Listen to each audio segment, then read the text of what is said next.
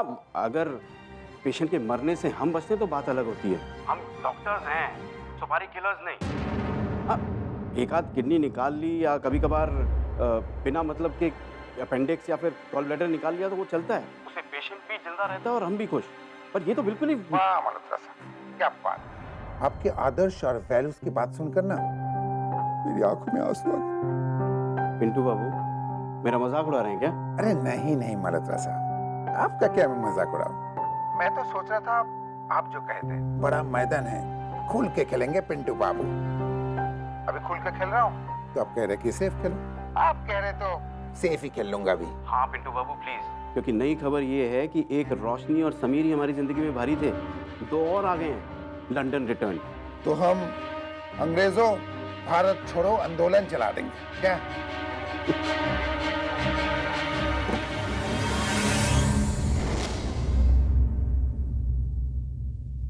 कैसा लग रहा हूं मैं? अपनी नजर से बताऊं या रोशनी की नजर से? चल तू रहने दे। अच्छा तो अच्छा लग रहा है यार, सीरियसली। अच्छा सुन, मैं सोच रहा था कि आज रोशनी से बात कर लेते हैं। कुछ दिनों के बाद तो है नहीं, अब तो हमें यहीं पर काम करना है, तो कब तक उसके घर पे रहेंगे यार? एक्चुअली मैं भी तुझसे बोलने ही वाला था, अब हमें जल्द से जल्द यहाँ से शिफ्ट करने का सोच लेना चाहिए। हाँ यार। हेलो, कहाँ शिफ्ट किया जा रहा है? यार हम लोग वो सोच रहे थे कि रोशनी के घर पे कैसे रहे? अब तो हमें यहीं काम करना है, तो फिर उसके घर पे कैसे रह सकते हैं, है ना? सी, कितने अच्छे से जानती हूँ मैं तुम दोनों को। हाँ रोशनी, तो अच्छा थोड़ी ना लगता है कि हम तुम्हारे घर पे रहे यार। I know, point take, but 1 महीने के लिए तो तुम दोनों कहीं नहीं जा रहे। लो, मॉम, डैड, नानू, बद्री नानू, वो सब भी तो नहीं होंगे यहाँ पर। प्लस घर में एक न्यूली मैरिड कपल है, तो प्लीज 1 महीने के लिए रुक जाओ, मेरे लिए, मुझे अच्छा लगेगा। Please please. अच्छा यार, ओके फाइन। अभी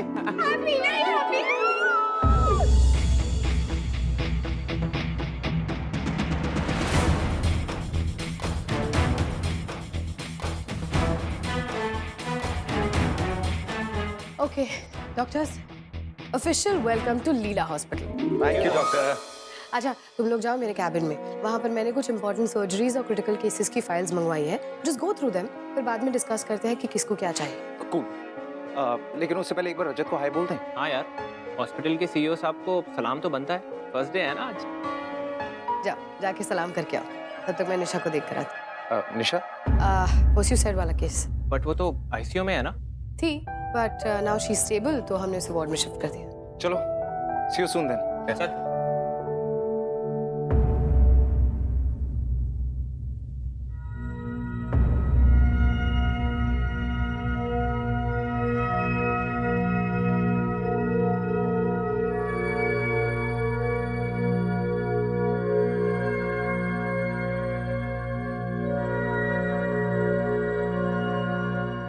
अब कैसी तबीयत है तुम्हारी?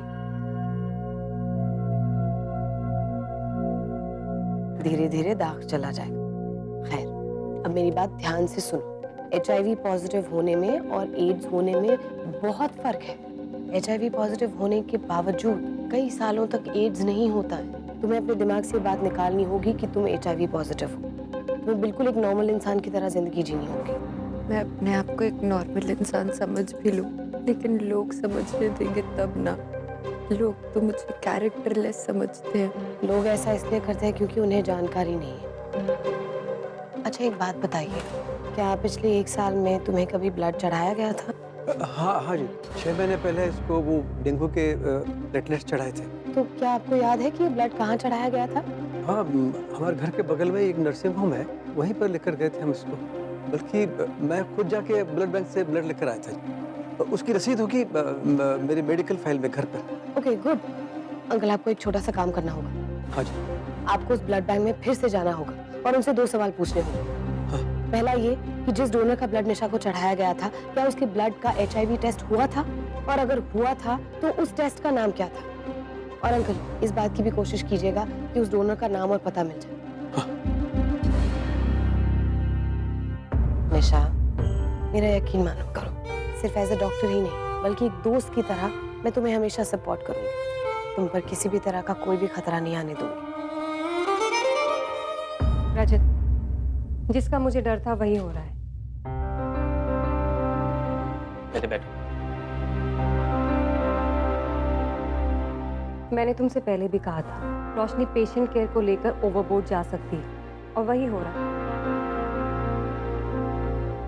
मोना, पूरी बात बताओ। वार्ड का एक बेड अभी भी ऑक्यूपाइड है, पेशेंट के ठीक हो जाने के बावजूद, थैंक्स टू रोशनी। कौन सा पेशेंट? वही निशा, जिसने खुद को हैंग कर लिया था, अटेम्प्टेड सुसाइड वाला केस। एक्चुअली वो HIV पॉजिटिव है।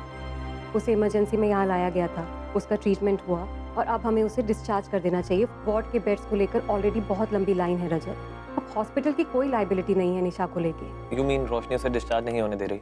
हाँ, क्योंकि वो ये प्रूव करना चाहती है कि निशा को HIV सेक्सुअल कांटेक्ट की वजह से नहीं हुआ था और अब उसके ससुराल वाले उसे इसी बात को लेकर तंग कर रहे हैं और रोशनी को मिशन मिल गया।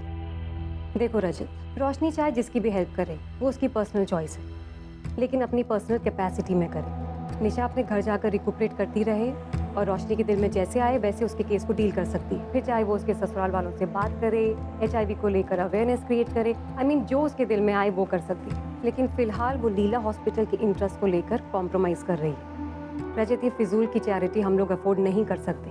रिमेंबर, मैंने तुम्हें पहले भी कहा था। मोना, आई गेट दैट, पर मुझे नहीं लगता कि रोशनी हॉस्पिटल के इंटरेस्ट को साइड पे रख के या अपनी किसी भी जिद के कारण या किसी भी पर्सनल एजेंडा के कारण ये सब कर रही है। बट यू डोंट वरी, मैं उससे बात जरूर करूंगा। हाय गाइस, आज के केसेस देखे तुम लोगों ने? कुछ सिलेक्ट किया? ये काफी इंटरेस्टिंग केस है, अम्बिकल हर्निया का। मैं ऑपरेट करना चाहूंगा। ओके, दूरी तुम? यार मैं ऑर्थोपेडिक OPD शुरू कर सकता हूँ? आई एम श्योर कुछ मैनेज हो सकता है। राजेंद्र जी, नए डॉक्टर्स के प्रेफरेंसेस मेरे कैबिन में आकर ले लें प्लीज। Thank you. अच्छा, तुम लोगों ने रजत से तो मिल लिया ना? हाँ, लेकिन सिर्फ हाय हेलो ही हुआ है, कोई ऑफिशियल रिपोर्टिंग टू ड्यूटी नहीं की। वैसे डॉक्टर समीर ने मुझे ड्यूटीज असाइन करने का पावर दिया है, बट मैं रजत से मिलकर तुम्हारी ड्यूटीज की ऑफिशियल इन्फॉर्मेशन नहीं देती। तुम लोग यहीं रहो, एडमिन से मिस्टर राजेंद्र आते होंगे, कुछ फॉर्म्स लेकर उन्हें भर देना। Okay, I will be back. Okay. अच्छा भाई सुनो, हाय। निक अम्बिलिकल हर्निया के केस पर ऑपरेट करना चाहता है और डूडल अपना ऑर्थोपेडिक OPD शुरू करना चाहता है। एंथो कटलेट से दोनों।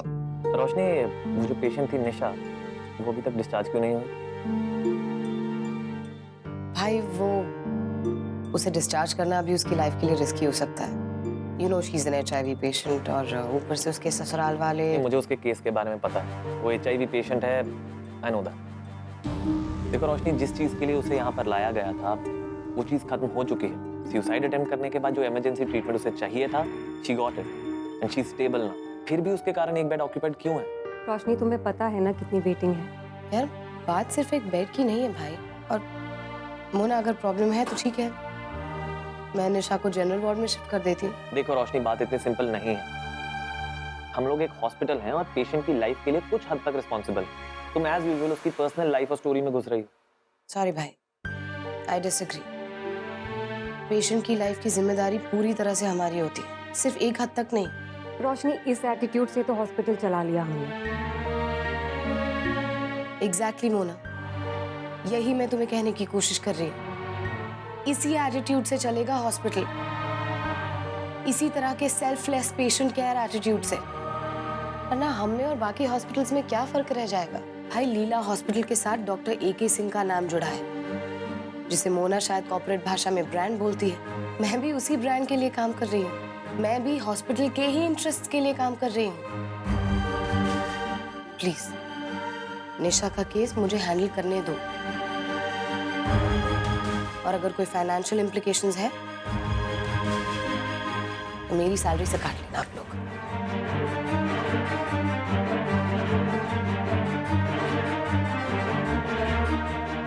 ऐसे नहीं चलेगा Rajat, this just won't do. Mona please, तुम तो पेशेंस रखो थोड़ा, हम तीनों बैठ के बात करेंगे ना।